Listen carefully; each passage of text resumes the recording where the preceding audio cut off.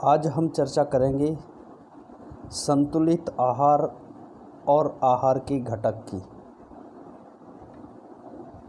जिसके अंतर्गत संतुलित आहार की परिभाषा, आहार के घटक, प्रोटीन, कार्बोहाइड्रेट, वसा, खनिज लवण, विटामिन्स और जल। संतुलित आहार ऐसा आहार है जिसमें विभिन्न प्रकार के खाद्य पदार्थ उचित मात्रा में प्राप्त होते हैं, जैसे कि खनिज लवण, विटामिन, मिनरल्स, कार्बोहाइड्रेट्स और सभी पोषक तत्व।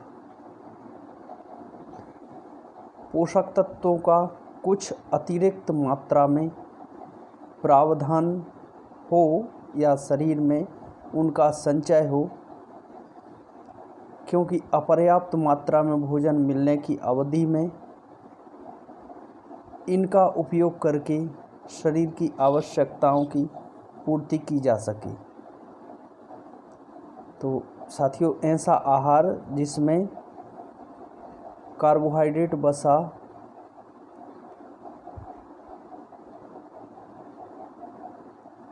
विटामिन, खनिज लवण, जल आदि सभी 6 तत्व समान मात्रा में पाए जाते हों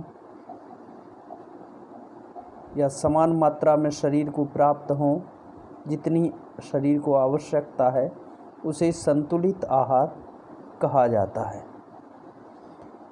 संतुलित आहार के अंतर्गत जो प्रोटीन होता है उसके कार्यों की हम लोग चर्चा करते हैं। तो शरीर की वृद्धि, जो ऊतक या कोशिकाएं नष्ट हो जाती हैं उनका पुनर्निर्माण, रक्त, एंजाइम, हार्मोन आदि का निर्माण प्रोटीन से होता है।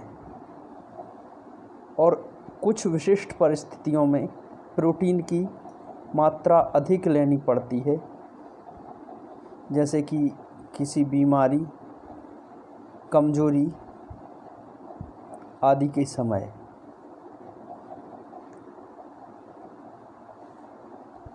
इसकी कमी से शरीर में दुबलापन, मांसक्षय, सर्वांग शोथ आदि हो जाता है। और प्रोटीन की अधिकता से phenylketonuria, maple syrup, urine disease, protein fever आदि बीमारियां शरीर में दिखाई देने लगती हैं। प्रोटीन के स्रोत की बात करें तो दूध और दूध से बने सभी पदार्थ, सभी दलहन, सोयाबीन, मटर, सेम, कुछ अनाज आदि प्रोटीन का अच्छा स्रोत होते हैं। कार्बोहाइड्रेट, इसे ज़्यादातर ऊर्जा प्राप्त करने का स्रोत कहा जाता है। ग्लाइकोजन और फैट के रूप में शरीर में संचित होता है। यह 25 से 55% तक ऊर्जा देता है। प्रोटीन की कमी होने पर अधिक मात्रा में कार्बोहाइड्रेट देने से प्रोटीन की सुरक्षा होती है, क्योंकि कार्बोहाइड्रेट अगर हम कम लेते हैं तो प्रोटीन से शरीर को ऊर्जा मिलने लगती है। इसलिए अगर प्रोटीन की कमी हो रही है तो कार्बोहाइड्रेट ज़्यादा देने से भी प्रोटीन सुरक्षित रहने लगता है। कार्बोहाइड्रेट की कमी उपवास की अवस्था में यदि प्रोटीन की मात्रा संपूर्ण ली गई है, कैलोरी की 15% से कम हो, तो ऐसी अवस्था में कोटोसिस हो सकता है। परंतु यदि संपूर्ण शरीर में ऊर्जा की मात्रा कम हो तो शरीर का भार, वजन कम होने लगता है। इसकी अधिक मात्रा लेने पर शरीर का वजन बढ़ने लगता है, आलस आने लगता है। वसा की बात करें तो जिसे कि हम फैट कहते हैं, यह वसा है, ये सभी प्रकार के तेलों में पाया जाता है। इससे कार्बोहाइड्रेट से दुगनी ऊर्जा प्राप्त होती है, लगभग 9 किलो कैलोरी। यह विटामिन ए, डी, ई और के अवशोषण में सहायक है। इसकी कमी से हमारी त्वचा में रूखापन दिखाई देने लगता है, त्वचा का फट जाना, त्वचा की परतों का अलग हो जाना, फ्राइनोडर्मा नाम की बीमारी भी हो सकती है। अधिकता से शरीर का भार आवश्यकता से अधिक हो जाना, स्थूलता आ जाना और मोटापे जैसे कई प्रकार के लक्षण दिखाई देने लगते हैं। साथ ही रक्त में कोलेस्ट्रॉल की मात्रा अधिक हो जाती है। मधुमेह या जिसे कि हम डायबिटीज़ कहते हैं, ऐसे रोग दिखाई देने लगते हैं। वसा के स्रोत की बात करें तो तेल, मक्खन, घी विटामिन ए का अच्छा स्रोत हैं और वनस्पति वसाएं विटामिन ई का अच्छा स्रोत हैं। तो जितने भी प्रकार के तेल हम खाते हैं उन सब में वसा प्रचुर मात्रा में पाई जाती है। खनिज लवण, शरीर में खनिज तत्वों का भी बहुत महत्वपूर्ण महत्व है। इनकी संख्या लगभग 24 होती है, जिनमें से कुछ प्रमुख को कि हम यहाँ पर चर्चा करेंगे। Calcium, phosphorus, potassium, sodium, chlorine, magnesium, iron, manganese, copper, iodine, cobalt, zinc, ये ज़्यादा महत्वपूर्ण भी हैं और इसलिए इनकी हम लोग चर्चा करेंगे।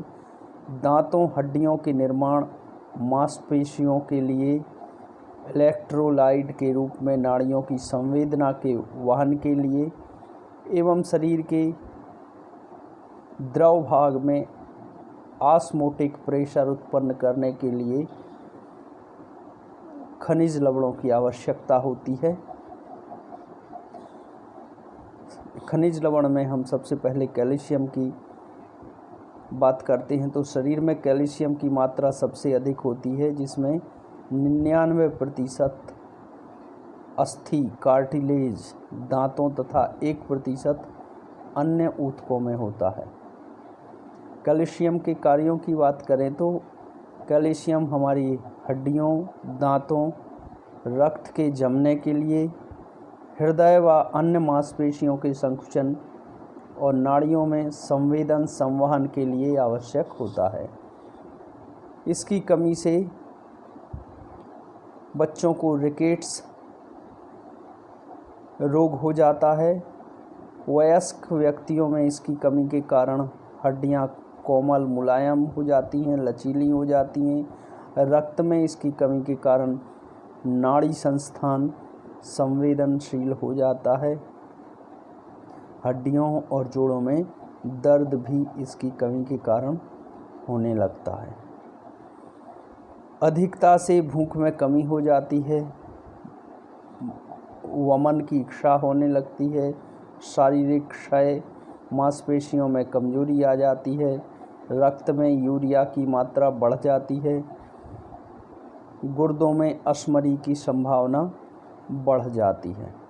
इसके मुख्य स्रोत हैं दूध, मक्खन और हरी पत्तेदार सब्जियां।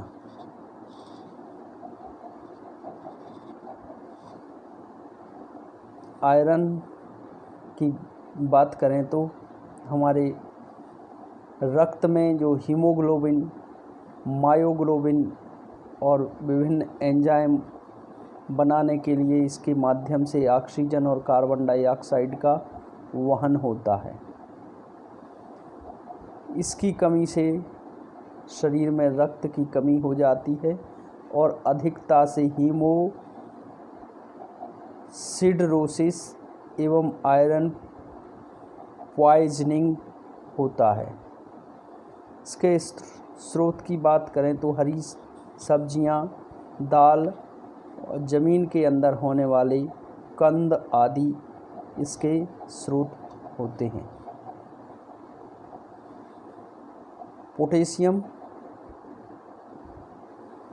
मांसपेशियों के संकुचन, नाड़ी में संवेदना की गति, कोशिकाओं की भीतर प्रेशर, हृदय गति का नियमन आदि पोटेशियम के कार्य होते हैं। इसकी कमी से अतिसार, मधुमेह एवं उपवास की अवस्था में एसिडोसिस हो जाता है। उल्टी आना, भूखना लगना, पेट फूल जाना, घबराहट, हृदय की गति बढ़ जाना आदि इसके लक्षण, कमी के लक्षण दिखाई देते हैं। इसकी अधिकता से हृदय की गति धीमी हो जाती है। सभी प्रकार के भोज्य पदार्थों में पोटेशियम पाया जाता है। सोडियम की हम चर्चा करें तो एसिड बेस के संतुलन के लिए, नाड़ियों में उत्तेजना एवं संवेदनाओं का वहन करने के लिए सोडियम की मुख्य भूमिका होती है। इसकी कमी से मितली, अतिसार, मांसपेशियों में ऐंठन व दर्द, डिहाइड्रेशन जैसे लक्षण दिखाई देते हैं। इसकी अधिकता से सर्वांग शोथ होने लगता है। यह मुख्यतः नमक में, थोड़ी मात्रा में दूध, मीठा सोडा आदि में पाया जाता है।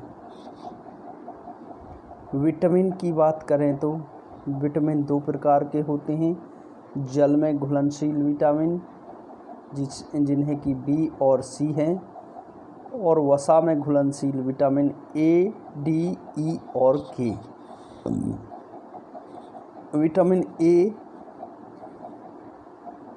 इसके कार्यों की बात करें तो एपिथेलियल टिश्यू की वृद्धि, स्वास्थ्य के लिए, आँखों में रोडाप्सिन बनने के लिए और अस्थियों के विकास के लिए विटामिन ए आवश्यक होता है। इसकी कमी से रात्रि अंधता के प्रति असहायता, जीरोप्थेल्मिया, केरेटोमलेशिया एवं त्वचा की रुक्षता हो जाती है। इसकी अधिकता से क्षुधानाश, वृद्धि में कमी, यकृत एवं प्लीहा की वृद्धि, हड्डियों में सूजन और दर्द जैसे लक्षण दिखाई देते हैं। इसके स्रोत की बात करें, दूध, घी, हरी सब्जियां, गाजर,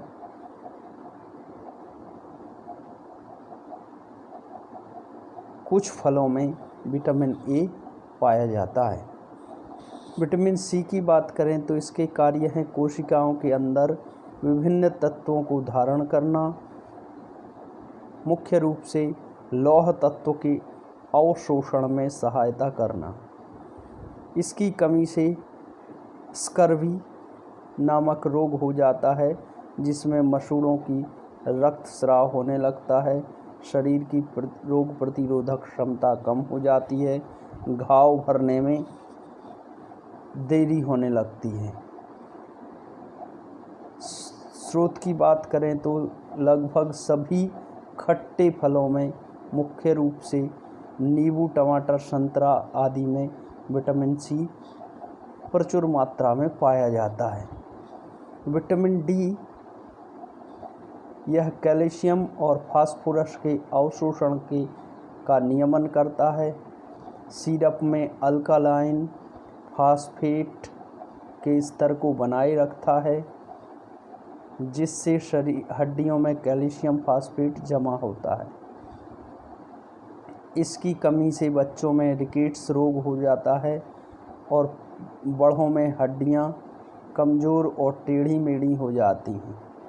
इसके मुख्य स्रोत हैं सूर्य का प्रकाश, जिसे कि लगभग जितना सुबह का हल्का प्रकाश हो उसमें बैठने से इसकी कमी पूरी हो जाती है, क्योंकि हमारे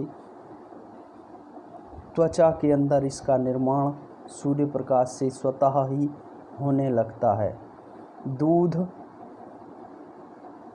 कॉड लीवर ऑयल और कुछ समुद्री आहारों में विटामिन डी पाया जाता है।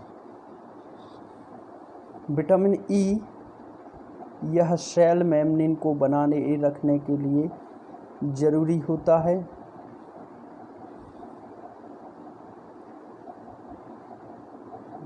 बालों को और रिप्रोडक्टिव से संबंधित कुछ ऑर्गन्स में इसकी मुख्य भूमिका होती है। इसकी कमी से रक्त कणों के टूटने से रक्त अल्पता हो जाती है। इसके स्रोत की बात करें तो अंकुरित बीज, हरे पत्तेदार सब्जियां, दालें और बीन्स में यह प्रचुर मात्रा में पाया जाता है। विटामिन के यह रक्त जमाने के लिए बहुत ही आवश्यक होता है। इसकी कमी से रक्तस्राव होने लगता है और लगभग सभी हरी पत्तेदार सब्जियों में यह पाया जाता है। जल की चर्चा करें हम तो जल हमारे शरीर में मुख्य भूमिका निभाता है। शरीर की कोशिकाओं को आकार प्रदान करता है, सभी पोषक तत्वों को घोलकर विलायक का कार्य करता है। पोषक पदार्थों के परिवहन का कार्य भी जल से ही संपूर्ण होता है। जल ही हमारे शरीर को एक विलायक का कार्य करके सभी तत्वों को इधर उधर ले जाने में सक्षम होता है। जल की कमी से रुक्षता, मूत्र अल्पता, रक्त में यूरिया की वृद्धि और अंततः मृत्यु भी हो सकती है। इसकी अधिकता होने पर शरीर में ऐंठन के साथ पीड़ा, दर्द, अधिक मात्रा हो जाने पर हृदय को अधिक कार्य करना पड़ता है, जिससे कि रक्त परिवहन संस्थान में विकृति होकर रोगी की मृत्यु भी हो सकती है। स्रोत की बात करें तो जल एवं सभी भोज्य पदार्थ से हमें जल प्राप्त होता है और जल को हम सीधा भी पीते हैं। तो आहार में ये 6 तत्व मुख्य रूप से आवश्यक होते हैं और इनकी सीमित या परिमित मात्रा लेने पर हमारा स्वास्थ्य सही रहता है। कमी या अधिकता से हमारे शरीर में विकृतियां या रोग दिखाई देने लगते हैं। इसलिए आहार की योजना बनाते समय, चाहे वह परिवार की हो या एक व्यक्ति की हो, सभी पोषक तत्वों की संतुलित मात्रा का ध्यान रखना आवश्यक होता है। साथ ही यह ध्यान रखना है कि अगर बढ़ते बच्चे, दूध पिलाने वाली महिलाएं या गर्भवती महिलाएं हैं तो उनके लिए विशेष आहार की व्यवस्था होनी चाहिए। अगर हम इसका ध्यान रखेंगे तो स्वस्थ रहेंगे, शरीर की रोग प्रतिरोधक क्षमता भी बनी रहेगी। आज के व्याख्यान में इतना ही। हरि ओम तत्सत।